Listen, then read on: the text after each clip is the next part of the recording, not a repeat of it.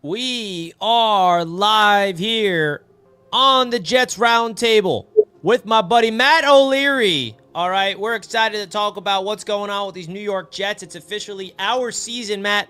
I don't like to say that, but it's the truth, okay? This is the offseason, and boy, the Super Bowl's done, but it feels like the Jets have been the top of the totem pole. People will talk about the Jets more than the Eagles, Matt. That's what it's all about. It's what it seems like, man. It's what we're used to.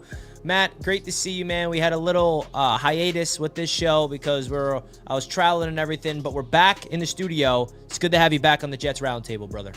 Yeah, excited to be back. I know it was a busy couple of weeks for Roundtable Sports down at the Super Bowl and the Senior Bowl, but yeah, back at it. And the Jets make it interesting right away with a huge decision on the quarterback on Super Bowl Sunday, as you were alluding to. Yeah, really, we stole the show. Who cares about the Chiefs and Eagles Super Bowl? Aaron Rodgers is done with the Jets, okay? That's what the storyline is. But big shout out to BetUS for sponsoring today's show. We appreciate them as always. And let's get straight into business. Folks, don't forget to smash a like button. We're going to talk all things New York Jets and get Matt's thoughts about everything regarding this organization. There's so much to talk about, man. We are very intrigued to see the direction of the New York Jets at quarterback, even other position groups. So let's get straight into business. Matt, your reaction about the Jets moving on from Aaron Rodgers, okay? And first, where was your mindset before you found out, right? Obviously, you were making some videos about Aaron Rodgers in the Jets quarterback position before the news. Did you want the Jets to move on from Aaron Rodgers? Did you want him back, or were you kind of neutral and just waiting to see what happened? So a part of it was kind of waiting to see what happened, but to be honest with you, I thought that the Jets were going to move on from him, number one. And number two, that's kind of the way that I leaned on the subject. Now, I was open to the idea of Rodgers coming back if he was like all in on taking, the pay cut like he did the first time around, and wanted to learn the Tanner Engstrand offense. But I just wasn't in on if Rodgers was going to come back and it was going to be the Rodgers show on offense and kind of him doing the play calls at the line of scrimmage and kind of exactly how things were a year ago. That's not something that I was really all that interested in. But I guess I was kind of just more surprised by the reaction in general. Like, I get it. Like, there were people who wanted him to come back. But I wasn't, like, I'm just going to be completely honest. I wasn't really all that surprised that a new regime, is coming in here and kind of wants to do things their way and set the tone in year one. So I thought this was the right decision. You had people who interviewed for the Jets GM job last week down at the Super Bowl. Thomas Dimitrov was talking about how he thought, he would have moved on from Aaron Rodgers as well. It's clearly what Aaron Glenn and Darren Muji wanted to do. So I think that was kind of the common thought around the league with this team. Yeah, and it's interesting to see how the whole process played out. It feels like the fact that Aaron Glenn and Darren Muji wanted to fly Aaron Rodgers out and, have a face-to-face conversation with them and have that, professionalism. It shows you the type of culture that they're trying to build here, number one. And number two, it also tells you, Aaron Glenn, my perspective of this, Matt, is Aaron Glenn just stole control of this team. He's making this his organization. And I think that is a big reason why he wanted to move on from Aaron Rodgers. And when Aaron is there, he kind of steals the headlines. Of course, he's an aging quarterback. It has to be his system. It has to be his offense. But now that's no longer the case. Aaron Glenn wants to run this show his way. And this is the first big move of Aaron Glenn and Darren Muji that we're going to be, talking about forever. Whenever we look back on the Aaron Glenn era, hopefully we don't look back at it in a while. Hopefully it's here for a long time here. But that's the big start to this era, is moving on from Aaron Rodgers. And, of course, the next conversation is going to be who are they going to get at quarterback, which, we'll talk about. But do you think that this – I know I already asked you, is this the right move? But, what does this tell you about Aaron Glenn and Darren Muji's perspective of this team now that you saw this official statement? Yeah, I agree with you. I think this is them, in a way, taking back control. Like, it's not going to be Aaron Rodgers' team, and I think it would have been very hard for this to be Aaron Glenn's team if Rodgers was still here, for all those reasons that we just listed out with him, kind of having control over the offense, and, he's a polarizing figure. And, to be honest with you, I don't think he played at a high enough level last year to justify that. And, like, I'm not saying he was horrible. He was obviously better than anything the Jets have had in a long time. But we're not talking about a guy who was a top 10 quarterback in the league last year. He was probably, in my opinion, somewhere around the 18th to 22nd best quarterback in the league. And I don't think the drop off from going from Aaron Rodgers to a Tyrod, Justin Fields, Jameis Winston, someone of that caliber, Derek Carr, if he shakes free from the Saints, is really going to be all that drastic of a swing in the win-loss column. I agree. I absolutely agree.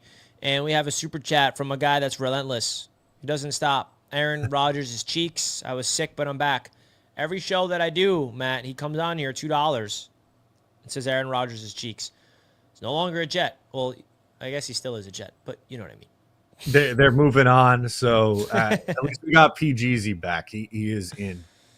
He's relentless, and I bet you he'll still go even when this offseason continues and we don't have him at quarterback anymore. Man, you're relentless. But I got to respect the grind. I got to respect the commitment. All right, got to respect the commitment. What were your thoughts of the statement and the way the Jets approached this announcement? Do you think it was the right way to do it, where we heard from, who was it, Jay Glazer to first get the report, Fox, on Sunday during Super Bowl Sunday, and then we have the outpouring of reports, and then the Jets went out there and made this statement saying we're moving on from Aaron Rodgers before they released him. How do you like that from a PR perspective with this new regime? I'm going to give the Jets credit, not only Aaron Glenn and Darren Muji for their statement, but also the Woody Johnson statement as well. I think they handled it about as classy as you can. And it is a delicate, topic too. Like, moving on from someone who's accomplished so much in his career, it's not an easy thing. And this wasn't an easy choice. While I agree with the Jets' choice and thought this was the route they would end up going, it still doesn't take away from it being a tough decision to make and then follow through with. So I think they handled it well. And they made it clear. And I think that's what you needed to do, because I didn't want to see this, drag on into the start of the new league year. You're getting to free agency and, we don't know, is Rodgers here? Is he not here? It was very clear from the moment the season ended on Super Bowl Sunday that Aaron Rodgers was not going to be the Jets quarterback. And I think that was the right way to do it. Yeah, I really think that the way that they're handling this with the statements, having Woody Johnson, and I want to get your thoughts of this, because I want to hesitate a little bit here. I don't want to give Woody Johnson credit yet, but obviously we need to see them start winning. But I'm just proud of Woody Johnson, okay? Because I think what he's doing right now is what we needed to see in order to have some type of success. There's no guarantee we succeed, Matt, with this new regime, but I feel like him, number one, holding himself accountable. We heard him say, I got to be a better owner. He said that himself, which is good to hear. Hiring Rick Spielman, which we'll talk about as a senior advisor, something I've been begging Woody to do. Woody, you're a businessman, not a football mind, and that's okay. Hire someone to build out this football operations that has a football mind. He did that with Rick Spielman. And I feel like the way that he approached this head coach and GM search with a wide open, net, I just liked his approach to doing this, because, correct me if I'm wrong, Matt, but the last time we had, the last two coaching searches, Woody wasn't really a big part of it. It was more Christopher Johnson spearheading it. So what was your thoughts of Woody Johnson going through this entire process, firing Joe Douglas the way he did, firing Robert Saleh the way that he did, so they can get a head start on these candidates, and then ending up, of course, hiring Aaron Glenn, hiring Darren Muji, and then hiring Rick Spielman as well? So I think after Mike Vrabel went to the Patriots, it became pretty obvious that Aaron Glenn was the guy that they really wanted and coveted. And they were able to lock him in and get Aaron Glenn. And then, they pair him with Darren Muji. But I think one of the most underrated things that they've done so far is the addition of Rick Spielman, because then you have this buffer between Woody Johnson and the rest of, the football operations. It's not like he's going to, be going to Aaron Glenn's office and going into Darren Muji's office and like, oh, you got to do this or that. I would think that you talk to the advisor in Spielman, and, I just think adding an extra barrier to keep Woody away from the day-to-day operations is smart. Because as you were saying, he's a business guy. He's not a football guy. they've done things a certain way for a long time and it hasn't been successful. And I think they needed to make a change. And Spielman's a vet, man. He's been around the league forever. He was with Minnesota for, I think it was 17 years. And they had a decent amount of success. They didn't win a Super Bowl, but they made the playoffs a decent amount. And they made a couple deep runs to the NFC Championship game under his watch. And he had some good drafts as well. So I think this is the perfect guy for Aaron Glenn and Darren Muji to lean on. Yeah, it's about time, man. I was hopeful that we can hire somebody as football ops, and we did. And the fact that it's Rick Spielman, of all people, who they hired to help induct the search with Mike Tannenbaum, that goes to show you the job Rick Spielman did. He was a big part of helping the Jets get Aaron Glenn and Darren Muji in the building, and I think that is really, really exciting to have this guy for Darren Muji and Aaron Glenn to lean on with all this experience, because the one thing that I'm a little concerned about, Matt, is the first-time perspective. Aaron Glenn, first-time head coach, Darren Muji, first-time GM. Having this guy in the building makes me feel a little more confident that they can lean on him for any experience, any type of question that they may have, something they've never really, expected before, or the draft process. How do you go organize the whole thing? Like, there's so much that needs to go into this, and the fact that Rick Spielman accepted a full-time job, I like it. I absolutely love it. So welcome to the Jets, Rick Spielman. Now, we talk about the Aaron Rodgers decision, Matt. Some players were not happy about it. Quinnen Williams sounded off on X. Not happy. Quote, another rebuild year, according to Quinnen Williams. Do you think this move that Aaron Glenn made is going to impact the locker room of the players in their prime? Like Quinnen Williams, who's been a longtime Jet, got paid as a Jet, been here for a long, long time, and now he went vocal on social media, which is not a good look. That's something I hope Aaron Glenn fixes with his team. Get them off social media, coach. But what was your thoughts of Quinnen going out there and saying, another rebuild year for me, I guess? Well, I mean, they won 5 games with the guy at quarterback this past year. And maybe that's a very binary way to look at this, right? Like, I get that there's nuance to the conversation, but if they're not a 5-win football team, like, there's maybe a world where Aaron Rodgers is here. But unfortunately, they played poorly. They didn't make the playoffs. And because of that, their head coach and GM got fired. So a new regime got to be hired. And, they didn't necessarily think it would make sense to bring back a 41-year-old quarterback who is due a lot of money, who, you're going to have to take on a massive cap hit in 2026 if you kept him. And, there's still a decent sized cap hit that it looks like they're going to spread out over 2 years and designate Rodgers as a June 1st cut. But, I get, a part of me understands where he's coming from because he's unfortunately seen a lot of losing.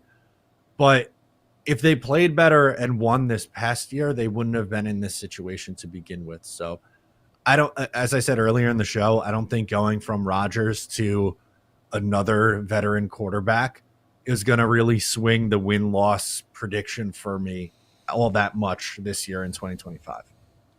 Is there a part of you that's concerned that guys like Quinnen is going to want out? Quincy, Garrett, other guys on this team that feels like, you know what? I don't want to be part of a brand new regime. I want to use my talent and go somewhere else. Like, do you think that this can get a little messy, filled with drama this offseason where there's a lot of people requesting trades? Or do you think they're going to buy into Aaron Glenn's system? Like, what? That's the only thing I'll say that I've been saying these last few weeks. I have a feeling it's going to get a little bit messy before it gets hopefully cleaned up and we start winning, because I think that there's some sticky stuff that Aaron Glenn is going to have to figure out a way to maneuver, whether it's paying these guys long-term, cutting guys that we all love, maybe even trading players that the player doesn't want to get traded, but Darren Muji wants them gone. Like, they're evaluating this entire roster. So do you think there's going to be any shocking news coming this offseason, whether it's a guy like Big Q, Garrett, whatever the case may be, these fan-favorite players could be out of the door? I hope that's not the case, and I think it's going to be up to Aaron Glenn to share his vision and get guys to buy in. And luckily, I do think how Aaron Glenn speaks is going to make that a little bit easier. It's very, I think anyway, just listening to how he, handles himself and how he talks to the players, I think as a former player, guys are going to buy into his vision. But, we can't, there's no way for us to know or get in the minds of these players. So I guess, anything is possible. Maybe, someone like Quinnen, just using that as the example, maybe he doesn't want to be here through that. And I hope that's not the case. But it is going to be on Aaron Glenn to keep the locker room and keep everyone together. And I have confidence that he can, just based on his personality and everything he said in his opening press conference. Yeah, I think that Aaron Glenn is shifting something here. He had his Bill Parcells moment, kind of making this his team. And I'm excited to see him, meet with his team and see some of the camaraderies. And the good thing is he did meet with some of the players. Sauce Gardner met with Aaron Glenn and the staff, and that makes me wonder what other players went to the facility, because we would not have known this if Sauce was not at that Madden event in New Orleans and got interviewed. And he said, no one knows this, but I was, at the facility a few days ago, and I met Aaron Glenn, I met Steve Wilkes, I met all the guys. And Sauce Gardner, I have no worries about in terms of leaving. I think he's bought into this team. He wants to be part of the solution, which what Sauce has been saying. He tweeted last year he wants to be a Jet for life. Obviously, Sauce is coming off a down year for his standards, but it's cool to see, with Quinnen doing that and all these crazy rumors about Garrett, we have Sauce, who seems like he's bought into this Jets team. Yeah, I love that. And, Sauce is a really damn good football player. Say that again. Sauce is a really damn good football player. Thank you. Okay, I'm sick of people telling me that the Jets should trade him or something. Get out of here. Okay? That's what I was going to get into next. Listen, I get it. By his standards, he had a down year in 2024. It didn't necessarily go the way that he was hoping. I think he was heavily criticized. I think some, not all, I think some of the criticism is valid, but it went way over the top. And that's where the issue is. I think we've gone too far on the Sauce Gardner bashing, but this seems like the perfect hire for a guy like Sauce Gardner, someone who played the cornerback position, played it at a high level, and something Aaron Glenn was really good at that hasn't been a part of Sauce Gardner's game yet has been creating turnovers. So if that's something that he could help Sauce Gardner improve at, and I don't know if, how he plays, if Sauce is going to ever turn into an interception machine, but just getting him to a point where, he's having more than just one interception in a season or something like that, I think would be massive for him. And I think he's one of the guys that benefits the most from this Aaron Glenn hiring. Me too. I'm really excited for Sauce, man. I'm excited for him to prove all the people wrong. Those first 2 seasons, just a fluke, first team All-Pro. And by the way, his down year, it wasn't even that bad if you look at it from the perspective of the other corners around the league. Let's not act like he was a liability out there. He was not. He definitely had a down year for his standards, but it does drive me nuts. And you look at it from the generation perspective of the Jets corner. It went from Aaron Glenn leading the franchise, breaking the franchise record with interceptions, and then in comes Darrelle Revis breaking that record. And now Sauce is that next generation of a household corner. We drafted Aaron Glenn in the first round, drafted Revis in the first round, and now we drafted Sauce in the first round. All right? We are just so good at drafting corners in the first round. Sorry, D. Milner. But you know what I mean? Injuries, man. I'm going to blame that one on injuries. D. Milner. I forgot. I was yeah, we're batting 1,000 with drafting first round corners. And then I remembered. Kyle Wilson. Oh, Kyle Wilson. Calvin Pryor as a safety, man. But yeah. Oh, boy. But listen, that's okay. Now, when it comes to the corner position, DJ Reed is a pending free agent. I do not expect him to be back. Same. Is there an option that you like? There's one name that I think could fill in the void of DJ Reed, my opinion, and this is something that I think we can all expect in free agency, is the Jets to go after a lot of Detroit Lions. Carlton Davis, depending on his market value, I can see filling in for DJ Reed. Just like when Saleh came here, he brought in a lot of 49ers guys. I think Aaron Glenn is going to bring in a lot of Lions people. There's a defensive lineman, I forgot his name, it's hard to pronounce, that I think could be an option as well. Where do you think the Jets could go to replace DJ Reed? Because corner and the secondary, we don't even talk about safety, is a very important piece to Aaron Glenn's system. Yeah, absolutely. It's Levi Onwuzurike or something like that, I believe is the name. That's the guy that I had circled. He's an interior defensive lineman who I would not. He's a Jet already, Matt. He's a Jet. it almost feels too obvious of a prediction, right? Like, especially because it's such a position of need too. Um, I would definitely be interested in someone of that caliber. I just wonder if the Jets will be priced out of that because they have a lot of needs on this team, and clearly a cornerback too would be a need.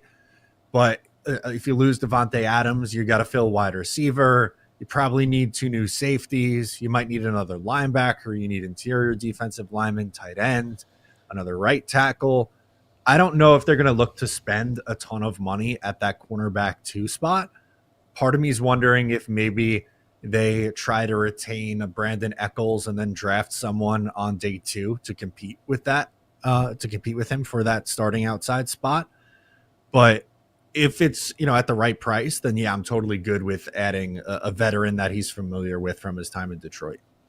Another piece to the secondary that I'm excited to see in this system is Michael Carter II, who is the highest paid slot in the league. He's another one that is coming off a down year. I think his was really all about the injuries, that he just couldn't get healthy. I'm excited to see what he can do. But then the two safety positions, it's like, oh my gosh, I don't see anybody on this roster right now at safety that I really can look at. So you look at the biggest offseason needs for the Jets, safety is up there. Where do you think the Jets should go at safety? Are we drafting one super high in the draft? You saw what Aaron Glenn did with Kirby Joseph. He was day 2 pick, and he's just became an All-Pro, I believe, or something like that. Tony Adams is still under contract. I don't see him starting. Jalen Mills, free agent, who was pretty solid when he came in. Chuck Clark, don't need him ever again. Ashton Davis, free agent as well. Seems like we don't have any safeties on this team heading into the offseason. No, like I said, I think this is a room that's going to get overhauled. Excuse me. And I think they'll do one in free agency and one in the draft. A name that I really like in free agency is Cameron Bynum from the Vikings. I think he's a little bit of a ball hawking safety. He's a very good tackler too, and that's something that I think the Jets struggled with on the back end of last year was missed tackles. And you look at what the Lions did, and we have no idea if that's going to be the exact same formula, but they took Kirby Joseph in the 3rd round of 2022 and Brian Branch in the 2nd round of 2023. So I would think probably an early day 2 pick. Maybe with their first rounder, that'd be a little surprising though. But if we came away in April in the NFL draft and we see that they signed someone in free agency to play safety and then took one in like the 2nd round, let's say, I wouldn't be surprised with that route at all.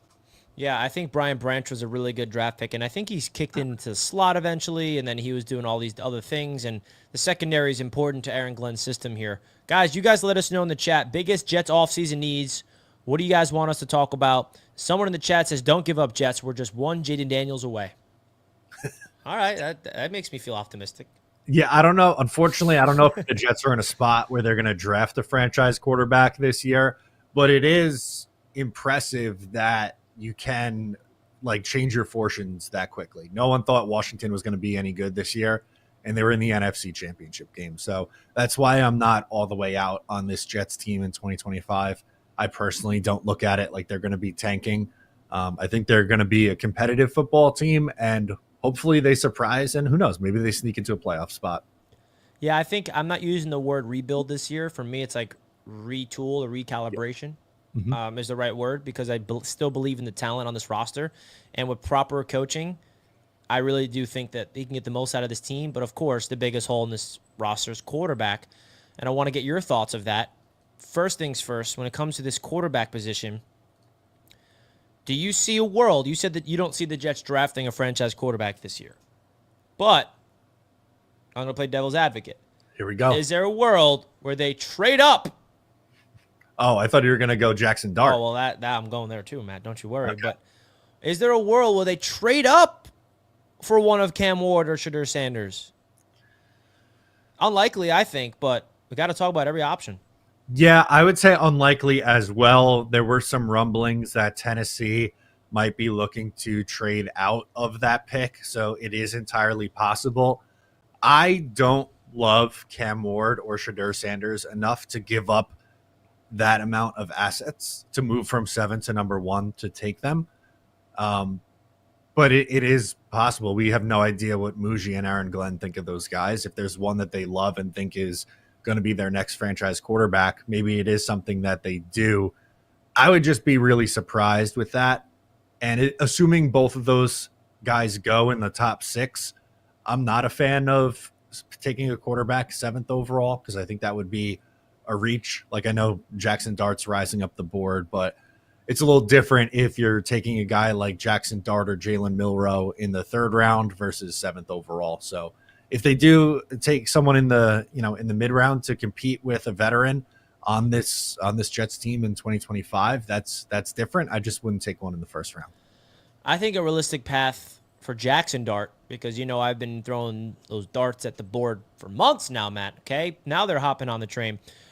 This is my perspective of Jackson Dart, and I got to see him at the Senior Bowl with my own eyes, got to ask him a few questions. He got better as practice went on, and I'll tell you this about Jackson Dart. Was impressed with him. Jalen Milroe, I was not impressed with at all. I'm sorry. I mean, he was struggling in every practice. I mean, wide open receivers, no one guarding him, and he can't even hit a 10-yard out route. I'm like, come on, Matt O'Leary can do that.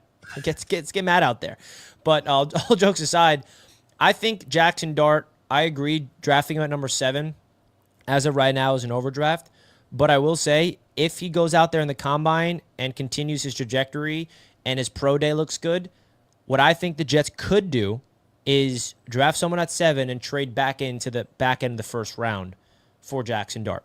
If he's out there, if they love him enough, package your early 2nd round pick and future draft picks, get into the 20s and get Jackson Dart. If he's up there, if, of course, the hype is there and the Jets love him enough, I think that is an option. If Jackson Dart is a Jet, I think that's how it would happen. Or he falls to them in the 2nd round, which is also a possibility. But I do think as of right now today, drafting him at 7 would be a bit of a reach here, but we are talking about the quarterback position. If they draft him at 7, Bo Nix was looked at as an overdraft, right? And who was the assistant GM? Darren Muji. So there's some connections there. I don't know. What are your thoughts of that? Yeah, that's an interesting call out too, right? Because I think Denver was criticized for taking Bo Nix that high at the time. But things look a little different for them now after the fact.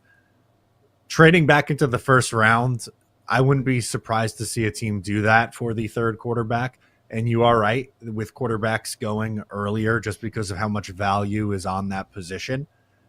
I think I would feel more comfortable if it was him falling to the Jets in the 2nd round and them taking him rather than moving up to grab him. Just because in general, like, I'm not the biggest fan of this quarterback class. I'm not saying that none of them could hit. Like, obviously, you never know with these guys. It's all speculation and just you're taking traits and seeing what works and what might not work. But it would make me a little bit nervous, but I would hope that it would work out, obviously. Yeah, and I think the traits to Jackson Dart's game that I like is his confidence and his ability to stretch the ball down the field. And people are making the Zach Wilson comparisons. I mean, come on, relax with that. He was in a completely different program where he went up against actual competition in college. And I think that the only comparison is what? They're both from Utah? Really? That's what we're doing? Yeah, high school. The same high school. That's yeah, it. I want to leave that one out. But, you know what I mean? Okay. I feel like that's just a lazy comparison, in my opinion. And I don't know. Jackson Dart can be a bust for any team that drafts him, but I also just like his upside. And the one thing about him is he's raw. I think he needs time to learn. And I think a realistic quarterback room, Matt, Tyrod Taylor, Jackson Dart, Jordan Travis. I mean, how would you feel if that's the quarterback room? And, that's the one I'm looking at. But what's your, I don't want to say dream quarterback room because it's like, it's not really a dream this upcoming year, in my opinion, at any of these guys. But what's your prediction at quarterback? Because there's a lot of different ways the Jets can go. Yeah, I'm going to say it's going to be Tyrod, a veteran, and Jordan Travis. Now, maybe they do like someone and draft someone, but I think maybe Jameis. I would be open to the idea of Justin Fields. I just think he's going to get more money than the rest of this quarterback crop, and I don't know if the Jets are willing to spend. What are your thoughts of Justin Fields, though? Like, would that excite you? Like, are you like Justin Fields as a prospect and a player in the NFL? Because I'm seeing a lot of people, and I'm on record to say, like, I'm good on that. Yeah. I'm not a big fan of Justin Fields. If he's a Jet, I'm rooting for the guy. But I don't know. I just feel like he doesn't fit. He's not a very good passer. They would run the crap out of the football. I think their That would offense. be exciting. I mean, that would definitely excite me, the running game. But the passing game, like you said, averaging 160 yards per game through the air, I don't know. No, they would not be a prolific passing offense. So it would look very, very different. And like honestly, I'm not convinced that Justin Fields beats out Tyrod Taylor in a quarterback competition. But with Tyrod's injury history, I'm sure there would be an opportunity for him to play at some point. He's not my number one option. Justin Yeah. Fields would not be my number one choice of the quarterback crop. If Derek Carr shakes free from the Saints and you could sign him to a cheap deal like the Steelers just did with Russell, I think that's a better option than Justin Fields. I think Jameis is a better option than Justin Fields. So I'd rather one of those two guys, I guess. And another thing about Fields, like, look at the scheme that we're implementing. It's Detroit's all about passing the ball. It's a pass first type of team. Well, they run the ball with Jahmyr Gibbs in them. It starts up front, sets up the play action, but they're a pass friendly team. I don't know if Justin Fields fits that scheme, man. I really, really don't. So that's how I look at it. You mentioned Derek Carr. What about Kirk Cousins? That's probably the most stale, like, no one wants to talk about it. Why would we go from an Aaron Rodgers torn Achilles to a Kirk Cousins torn Achilles? Exactly. Your thoughts of that? Kirk Cousins potentially coming to the Jets for a cheap contract. Well, he looked worse on the Achilles than Rodgers did last year, so that wouldn't really. And his Achilles was on his right foot, which is his plant leg, which makes a whole difference. Right, which is a really big difference. So I would not do that for that reason you just referenced. And I think over the final, what was it, 5 games, he had like 1 touchdown to 9 interceptions before he got benched. He was playing a little bit better earlier on, but you talk about a quarterback who really wasn't able to move around all that great last year. It was Kirk Cousins. So I think he's likely done. I wouldn't go down that road. Yeah, I think the only people are linking him to the Jets is the financial reasons. You can get him for cheap. Rodgers is expensive, and I don't know. The whole quarterback situation is going to be so interesting. Is there a name that is we haven't brought up yet that is a possibility, whether it's a trade, another free agent? Because I feel like they have a lot of options out there that we're not even considering yet. I mean, is there anybody that, like, you can just put a bold prediction out there? Not like I think we've hit on the Sam most. Darnold, he's not coming home, Matt? I was going to say that's not very likely, and he's going to get someone's going to pay him a lot of money, I think. So I would be shocked if he came back. I think the Raiders make a lot of sense for him. I could see him going there. Or if the Rams move on from Matthew Stafford, maybe that's where he would end up. I don't love this option that I'm about to bring up. He would probably be like, I don't know, 7th after like all the names we just talked about. But what about Taylor Heineke? He has some starting experience, at least with Washington. Seems like an okay backup level quarterback. Again, I would rather Tyrod. I'd rather Justin Fields. I'd rather Jameis Winston. And I'd rather Derek Carr. But if we're talking like outside the box, Daniel Jones? No, not Daniel Jones. Come on, man. Come back home to New York. No, I wouldn't really sign up for that. I'm out on Daniel Jones. Yeah, no way. Daniel Jones, absolutely not. Absolutely not, man. I think that there's a lot of options out there that the Jets are going to be intrigued by, but I think it's really going to come down to Tyrod Taylor, and I think they're going to want to get their hands on one of these draft picks, man. I really, really do. I don't know if they're going to be able to be aggressive and trade up for one, stay put at 7 in draft 1, trade back in the draft in draft 1, take one in the mid rounds like a McCord or a Howard or one of those guys. But it just feels like it's so hard at this point to evaluate where the Jets are going at quarterback. And how would you feel about Tyrod, like, as a starter? Like, do you think that's going to be able to sell the idea of the Jets to be fun this year, or what, if he's a starting quarterback? I don't think it's a sexy option, but I like Tyrod, and I think I'm higher on Tyrod Taylor than maybe a lot of other Jet fans. But the biggest thing there would be health, because he's had some freak injuries. He broke his ribs against the Jets in 2023. He had a hamstring injury with the Texans. He had a punctured lung, which was just a weird injury that he suffered, and I think getting pregame treatment with the Chargers. But what I like with him is, yes, I know he's 35, going to be 36. He still moves well. He can still, make plays, escaping the pocket with his legs, and he is not afraid to push the ball down the field. And that would open up, I think, the vertical offense in this offense, which is important. The Jets didn't really have that with Aaron Rodgers last year. So assuming he can play 17 games, which I don't know if he can. I think that's why you would need another veteran in here if that is your plan to start Tyrod. I think he's fine holding down the fort for a year, kind of like Josh McCown in 2017. Yeah, I agree. When it comes to Devontae Adams, is he a goner, like guaranteed?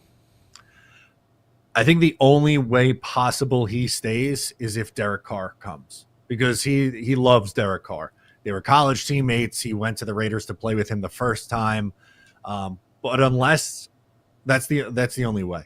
If it's any other quarterback, I think he's either getting released or maybe you trade him somewhere else. Apparently he wants to go to the West Coast, but I think because everyone knows the position the Jets are in, it's going to be very hard for them to work a trade if the league knows he doesn't want to be there with the Jets. So I think that adds a challenge. And what did the Jets do at wide receiver? I mean, that's all of a sudden a giant hole next to Garrett Wilson. I mean, you got Malachi Corley and Xavier Gibson as your only wide receivers. They're moving on from Lazard, at least we all hope. Yep. Devontae Adams is gone. What are they going to do at wide receiver? Trade for one? I saw a rumor of Chris Olave. I mean, there's no sources behind that, but who knows? What are your thoughts about the receiver position behind Garrett Wilson? I think Ted McMillan in the first round would be great to pair with Garrett Wilson. I think that would be a really nice wide receiver duo. You look at their skill sets; they're very different. Tet is your bigger outside receiver. He can help stretch the field, though. He is a good 50-50 ball catcher, contested catches. I think he's a better route runner than some people give him credit for when you consider his size. So I would be in on that as one of my favorite options for the Jets to do in the first round, to take someone like Tet McMillan. And I think that would help, along with signing a different veteran, not Alan Lazard, but a different veteran in free agency, maybe like a Joshua Palmer, something like that from the Chargers, as like a low-end number 2, high-end number 3 type of receiver. And what's your level of optimism of this whole Garrett Wilson situation just being smoke? Because I don't want to read too much into like everything, but we haven't really heard from Garrett Wilson much on social media backing anything to do with the new coaches. He's pretty quiet, and the only reason why I bring that up is we see players that are vocal, like Sauce is vocal, even Brees is out there making some noise. A lot of players were excited on social media when Glenn was hired. Garrett Wilson's been silent, and then there's a lot of, speculation and rumors that people are just throwing out there. Will the Jets extend Garrett Wilson? Will he be the wide receiver for this team coming up, or will he actually request a trade? I think it's significantly more likely that he signs an extension with the Jets than he gets traded. That's the exact kind of person that I would want on my 53-man roster. I love his mindset. He's a great, great football player. I understand from his side why he might be frustrated with how his career has gone so far in his first 3 years in the league with all the different quarterbacks that he's played with. But this is a premier talent at the wide receiver position. The Jets never have talent at the skill positions like this. You do everything in your power to retain Garrett Wilson, and I think the Jets get it done. They better. I mean, boy, oh boy, would that win this whole regime over by this fan base if we get breaking news. Garrett signs a long-term extension this offseason. Do you think there's a world where he plays this year without an extension? Like, because he's eligible, but even Jamar Chase didn't get extended after his first 3 years. Like, I don't think Justin Jefferson did either. Is there a world where Garrett doesn't even get extended and he just goes into this season as a year 4 with no extension? I guess everything's possible, right? Like, all angles have to be on the table. But I think of looking at the guys who are available for contract extensions entering their 4th year in the league, I think Garrett is the one who's most likely to get his this year. I don't think he will hold out necessarily, like if that's the question, but I don't.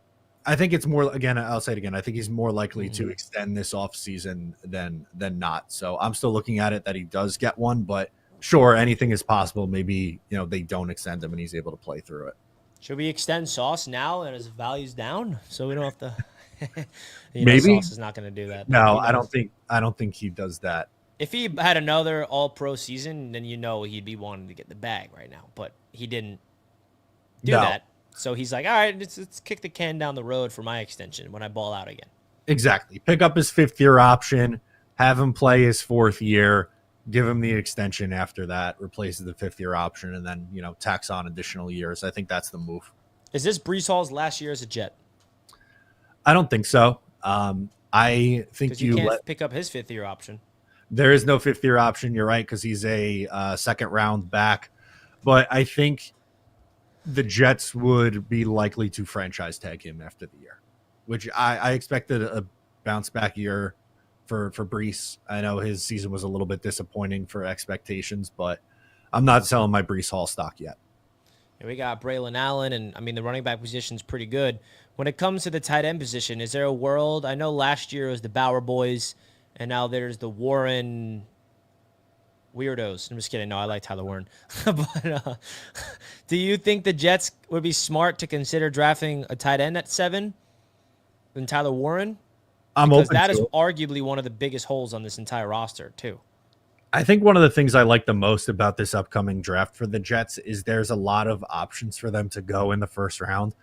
And I think you can make the case for all of them making sense. I would be open to taking Tyler Warren at 7. I'd be open to trading back a few spots and taking him if that's the move as well. But I don't know who is trading up to that spot and for what. I think wide receiver, Ted McMillan, we talked about. If Mason Graham gets there, the interior defensive lineman, that'd be a route you go. And there's a lot of really good edge rushers in this class. I know some Jet fans are tired of drafting that position, but the defensive line needs to improve. And if a good one is there for them, I could see them going that route. Maybe they finish, out the offensive line and go tackle also. It's not a guarantee that Morgan Moses is back. So there's really a lot of avenues the Jets can pursue. And I think the good thing about where they're picking is someone talented is going to be there at a position of need. So I don't think there's a way that they could screw this up. Yeah, I think the 7th overall pick is very intriguing. There's so many different options they can go. And it's just like offense or defense. Do you think corner's in there? Will Johnson from Michigan? Do you think that's a possibility? Or, I just trying to open my mind to every single possibility out there. Yeah, if you're losing DJ Reed, if Aaron Glenn is going to put that much value on the cornerback room, then finding someone who you could pair with Sauce Gardner would make sense. And if they like him enough to take him there, they think he's going to be a really good player and the best guy available at the time. Yeah, I don't think I could write that off as an option. You never know. Now, I do want to get your thoughts of these odds on BetUS Sportsbook, the #1 online sportsbook, folks. If you guys want to check out BetUS, use the code YouTube150 when you sign up today. Using the code YouTube150 will get you 150% bonus on your first deposit, 125% on your next 2. That's up to $2,000. Big shout out to BetUS. Now, you see they have Aaron Rodgers' team week 1. Steelers are the betting favorite to land Aaron Rodgers. The Raiders are right next to him.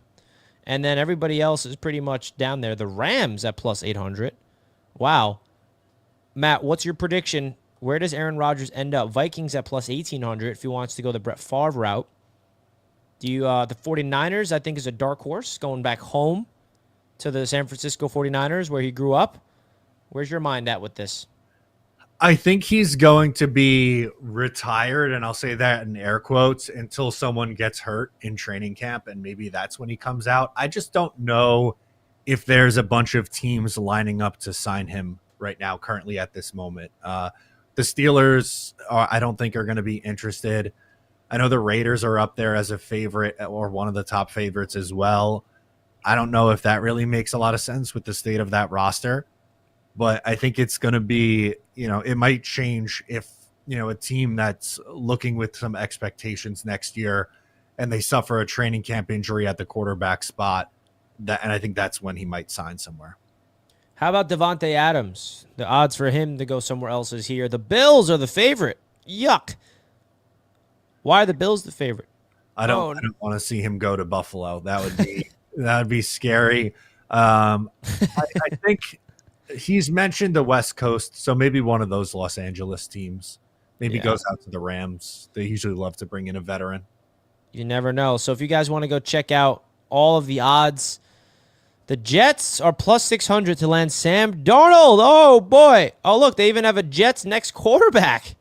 I didn't know that. New York Jets next quarterback for week 1. All right, let's check this one out. Any rookie is plus 250, seems to be the favorite. Fields plus 300. Sammy Day's on the list. Wow, it was my first time seeing these odds, Matt. Cooper Rush. What's Tyrod Taylor's odds? I don't even see him. Yeah, I don't know. He's not here. Oh, wait, it says if not Tyrod Taylor in the parentheses. All I had to do was read. I think I'd be looking for Jameis Winston. That would be probably my next choice after that. Interesting. Yeah, I actually talked to Jameis Winston a little bit in New Orleans, and it was just cool because I don't want to. We were like on the street, and I saw Jameis. I'm like, "Yo, Jameis." He's like, "What's up?" He was like very funny. And I'm like, "Who you got in the Super Bowl?" And then he just started talking to me, and then I'm just like, just having a normal conversation with an NFL player. I don't need to ask for a picture or an autograph. Right, Matt? That's what you got to do. That's how you operate. Yeah, listen, man, you're in that world. You're part of the media. So you have your conversations, make your connections. Even though I want to just be like, Jameis, come to the Jets and what are your thoughts? Sign my jersey. Take a selfie with me. Yeah. You gotta swallow that fan pride a little bit when you're there. A little bit. Just a little bit. Well, it was a pleasure to have you back on the Jets Roundtable, Matt. We talked about a lot. The last thing I do want to break down with you here on the Jets Roundtable is the staff that Aaron Glenn assembled. It's officially now here, all right? There's a lot of guys, a lot of new people. You see it on your screen here. Look at that. A lot of new names. A lot of new names, man. It's hard to really evaluate this staff yet because we have to see them go out there and coach. But what's your initial reaction to the 2025 coaching staff that Aaron Glenn put together? I think it's a solid staff. I am mostly good with this staff. The only thing I will critique is I wish there was a more senior coach on the offensive side of the ball. Like, I know there were rumors about Todd Haley joining the staff in some capacity, or, other veteran coaches who've just recently become available. I think that would have really put this over the top for me. I'm not the biggest fan of Scott Turner, the pass game coordinator, or the quarterback coach, but like that's nitpicking. That's kind of just me tossing it out there that not everything is perfect. I don't think it completely derails their coaching staff by any stretch. But if you're looking for areas where you can be critical, I would say not having a veteran on that offensive staff would be the one thing I'd look to change. Yeah, it's interesting, man. It really, really is. I feel like the New York Jets have assembled a new coaching staff. It's filled with a lot of youth and a lot of experience. Steve Wilkes has the most experience here. Tanner Engstrand, Chris Banjo, two guys that are first-time coordinators. The positional coaches are deep. A game manager, which is interesting. We never really had a game manager before. I mean, do you consider that dude we had with Saleh game manager? What was his name? You know what I'm talking about? He was like responsible for clock management or something. Yeah, I can't remember what his name was. What his role was either. No, yeah.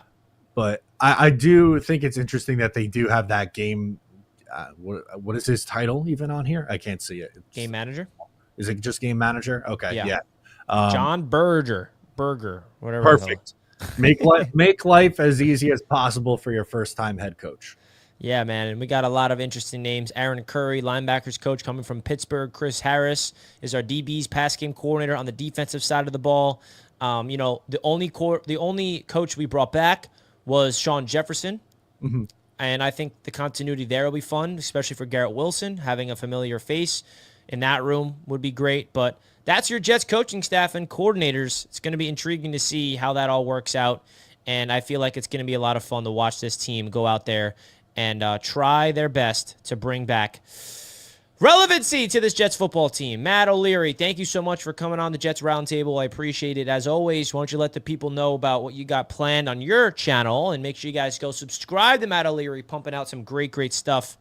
Apparently, we have breaking news from Zach. Tanzel Smart is on the Cowboys coaching staff. Wow. Congrats to Tanzel Smart. Okay. I don't know. I mean, Zachary doesn't usually give us fake news. So, Zachary, I'm putting you on the spot here. This better not be fake. And I know you don't give out fake news, Zachary. Okay? You're one of the good ones in the chat. Yeah, that is that's a little bit of a defensive assistant, quality control. Tanzel Smart. That is wow. Future Jets coach. He's coming to the Jets one day. Maybe. Good for him, man. I really like Tanzel Smart. You got to start as a quality control coach. That's where everybody starts. That's to work your way up. Starts. But yeah, you can follow at Matt O'Leary NY. I do daily Jets videos, so whatever the news of the day is, we're talking about it. Big shout out to you, Matt. Much love. And everybody in the chat, don't forget to smash the like button here. Subscribe to the AFC East Roundtable. Check out my channel, Jets Media, and check out Matt O'Leary NY. Much love to you guys in the chat. Hit the like button, and a shout out to BetUS for sponsoring today's show. We'll see you guys next time. Peace out, folks.